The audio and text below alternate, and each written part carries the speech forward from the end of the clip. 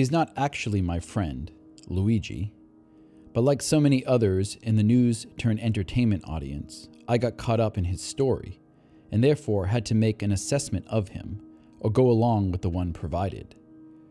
On the day Luigi Mangione was arrested in an Altoona, Pennsylvania McDonald's, I had an insurance claim of $750 denied. The denial had me miffed. It provoked fantasies of aggressively presenting my middle finger to all the petty managers in my life. I saw myself laughing with wild derision as I made myself big and truculent, threatening to hammer all who got in my way. In reality, I had a cup of coffee and forgot all about the $750 before lunch. Had I only made $750 a week, though, or lived with the unpleasant visitors of monthly bills, coffee alone would not have tamed my anger or removed my stress. This wasn't my only run-in with the insurance keepers. More recently, my wife and I have both been mandated dental x-rays for procedures that have already been completed. Apparently, insurance won't pay unless it has x-ray proof. Photographs won't cut it. If you're worried about unnecessary x-rays and radiation exposure, forget your worries. The healthcare deliverers know what's best for you. So I was primed for the nightmare of Luigi Mangione's mind, but not for the level of support he received for breaking one of society's most guarded rules, the prohibition against murder, at least when it's performed without state sanction. People in pain can be quicker to cruelty. There's an index of this cruelty online in the form of social media comments. They range from the repugnant, stony-hearted to the insightful gallows humor, quips that will force a smile. The most interesting, though, came from a woman recording her surprise that other people shared the same devilish thoughts as she did, but was too conditioned by polite society, by culture and humanity, to initially voice. It took the alarming reflection of her ugly thoughts in the comments of others to overthrow her preference falsifying and publicly admit that despite recognizing the villainy of this most unsupportable means of public protest, the cold-blooded killing of a fellow citizen, a fellow man, that despite this horror, there was an unidentifiable and until now completely alien voice that spoke in favor of the horrible. All this occurred before Luigi Mangione, a most dulcet and equitable sound construction, was even on our lips or in our ears. Luigi's alleged act inserted itself in the gap between what we knew to be right and good and what we fantasized in our darkest and most irresponsible moments, our delicious release into the chaos of unchecked freedom and vengeance. Of course, there are those who believe themselves free of an inner Luigi. Perhaps they identify more with the victim, the slain CEO. Or perhaps they have an undeveloped sympathetic understanding, the ability to see oneself and anyone, regardless of how great, mediocre, or especially monstrous they are. This powerful and mysterious feeling is best identified as compassion. And despite what the trendy social-emotional learning purveyors claim, it is not a teachable skill, but a cultivated sensibility. And ours is a culture internationally that discourages its cultivation, that selects for its opposite, livid self-interest. To be clear, I'm not saying that those who show sympathy for this act, murder, assassination, and crime, are compassionate, or likewise those who don't are. My claim is that our response to the world, and especially spectacles, is reactionary and hardly strays from who we readily see ourselves in. We align ourselves in joy and tragedy with those who are like us. Today, many suffer within a broken healthcare system, which insurance companies are just one aspect of, but perhaps its most egregious aspect. But this is all just an appeal to public sentiment, a weighing of the bellyaches of the haves and have-nots. The reaction to Luigi's alleged act and the support that followed once he was identified and arrested should not have struck me as surprising. The West has a tradition of glorifying murder and a deep-rooted sympathy for the lone, deranged actor of violence in the name of revolt. Two notable examples among countless are Thomas de Quincey's On Murder Considered as One of the Fine Arts and Heinrich von Kleist's Michael Kohlhaas, both of which prove instructive in the present. De Quincey's essay is comprised of two parts and a third labeled a postscript. The first two were published in 1839. They are satirical and composed in the form of a lecture at a fictitious meeting of a fictitious secret society that celebrates and assesses acts of murder. It declares early on that murder has a moral dimension that is treated by religion and law, but also an aesthetic side, which this secret society takes up as its main occupation. Many readers at the time were offended by De Quincey's essay, despite its obvious satire.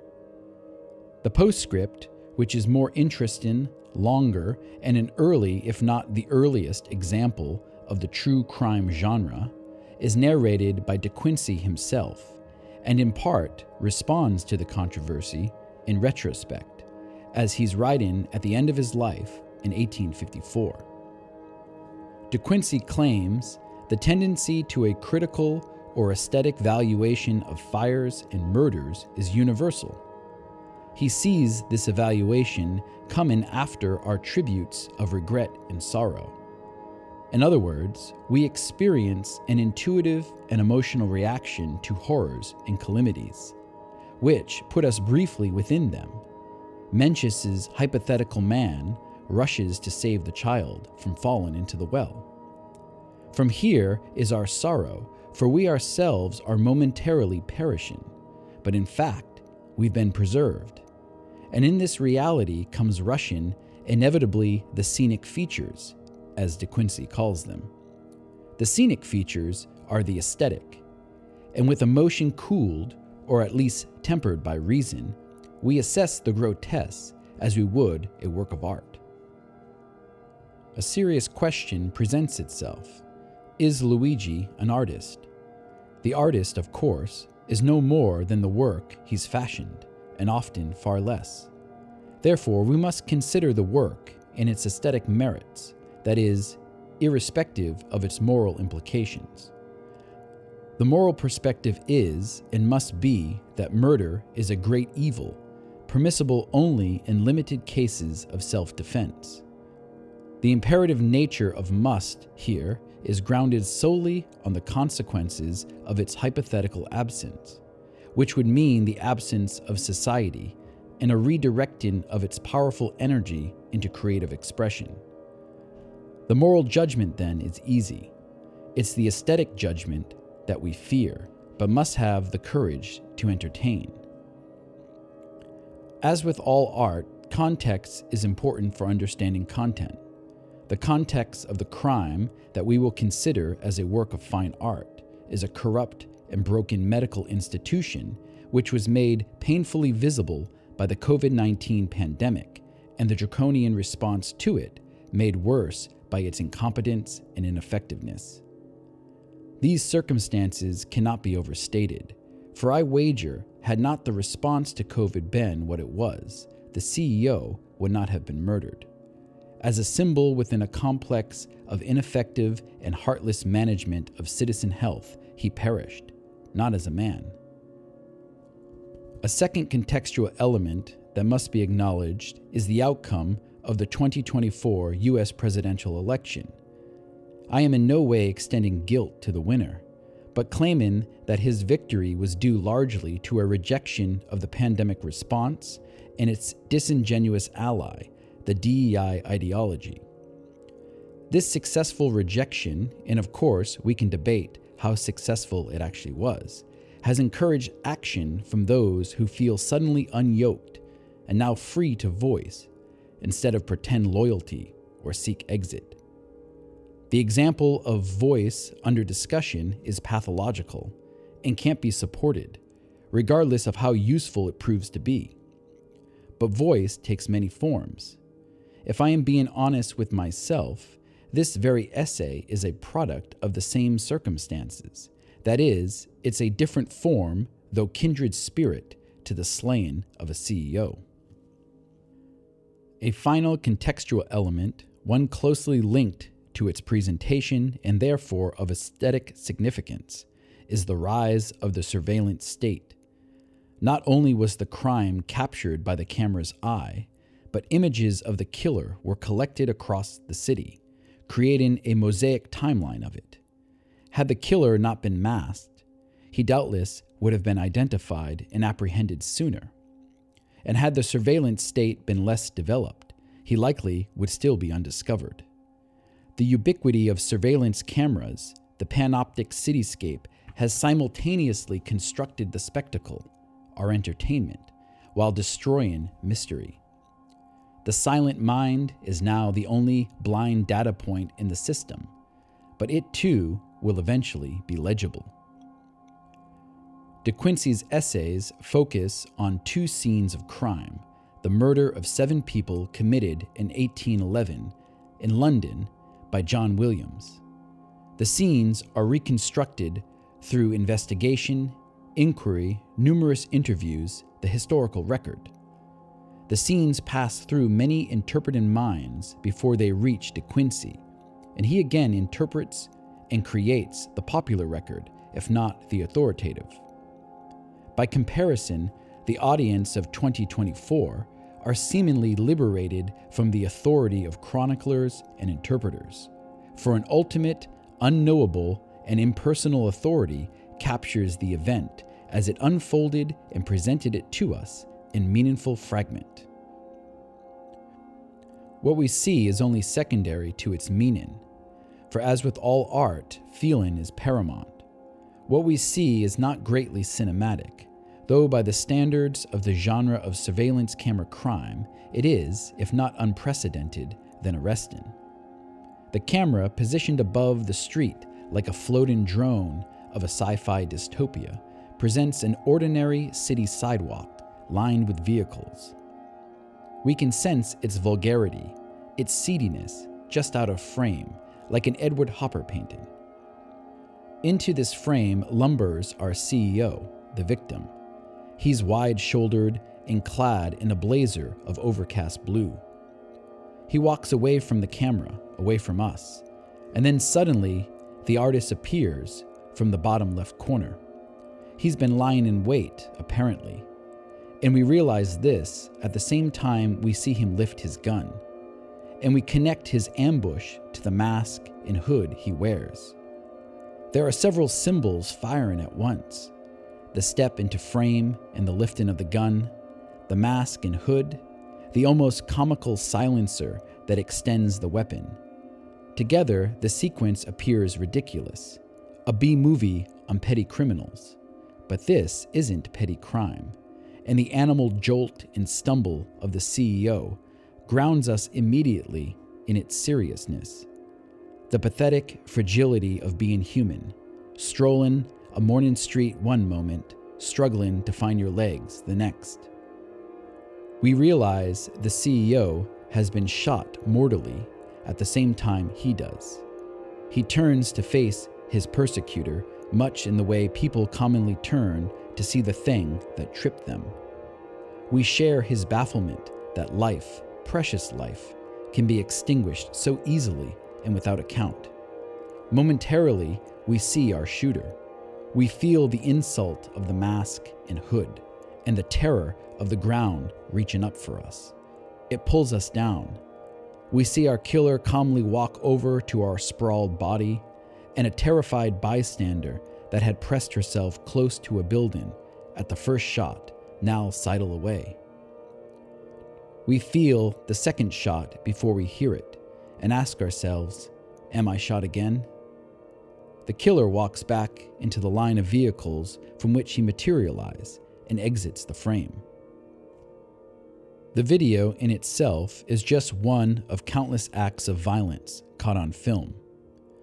The country produces these demented dramas daily, but the headline likely colored the viewing experience, especially on reflection. CEO gunned down implies motive as electrician or delivery driver gunned down do not. The story touches the divergent point of a central contradiction in American life, the desire for wealth and power, and the suspicion, if not outright hatred, of them. No one despises the electrician or delivery driver for his occupation, but the CEO is always a marked man. This perspective seems to rest on the perception that the latter's position is unearned by definition, parasitical. Add to this unearned wealth, power, and position, that is, the ability to affect those who do work, and the expectation of their reverence, and a justified resentment grows. Social trends like Jordan Peterson have disparaged resentment, but not all resentment is pathological or unjust. And there needs to be an emotional response to injustice if the human animal is to be free. The horror of the video is subverted by our default disapproval of the CEO. To put it another way, our general condemnation of this category of person and its link to the increasing host of innovators that plague the workforce skews what we actually see. It's cold blood, but we assume a righteous motive, for wouldn't we have one if pushed this far? In the course of the investigation and the accelerating of the spectacle machine, more videos appear, perhaps the most affecting showing our masked artists bicycling out of Central Park. This image furnishes the same effect De Quincey explores in another essay, On the Knocking at the Gate in Macbeth. In that essay, De Quincey begins his investigation with himself and the peculiar feeling he had on reading Macbeth as a boy, and the awfulness of Duncan's murder that was somehow communicated through the knocking at the gate that follows it. De Quincey describes the murder of Duncan as a shifting of worlds from love and mercy to the fiendish.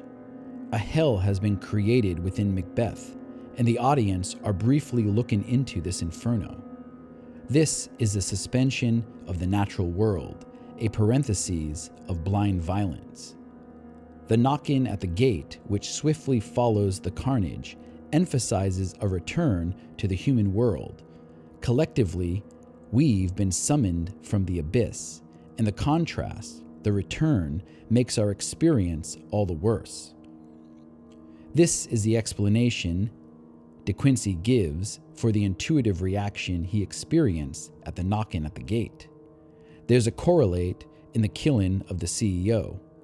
The first video presents the criminal's inner hell, and the second, life as usual, a man biking out of Central Park early in the morning with holidays in the air. The evil of literature is that it reminds us we inhabit both of these worlds. The evil of internet scrolling is that it makes us forget we do.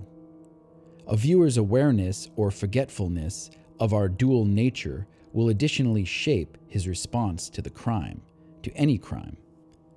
The aesthetic and attendant metaphysical dimensions of this crime only provide an incomplete understanding of it and the public's reaction to it. The latter can be more comprehensible if we hold it up besides another important text of Western tradition and culture, Michael Kohlhaas by Heinrich von Kleist. Kleist died of murder-suicide in 1811, the same year as the London murders of John Williams. He was greatly disturbed by the writings of Kant, thrown into despair, for he lost faith in reason, which made a creative writer out of him for the final decade of his life. In 1807, he was imprisoned in France under suspicion of being a spy. It was likely this experience, the unjust loss of one's freedom, that inspired the fictional account based on historical fact of the wayward horse dealer of Brandenburg, Michael Kohlhaas. Although the novella Michael Kohlhaas is likely imperfect, especially in its mix of realism and the uncanny, it's written with an undeniable energy that pulls readers into the awkward position of both denouncing and celebrating its protagonist, a vigilante, some might even say a terrorist. This powerful ambiguity is established in the opening sentence, where readers are told Kohlhaas was simultaneously one of the most honorable and most terrible men of his age.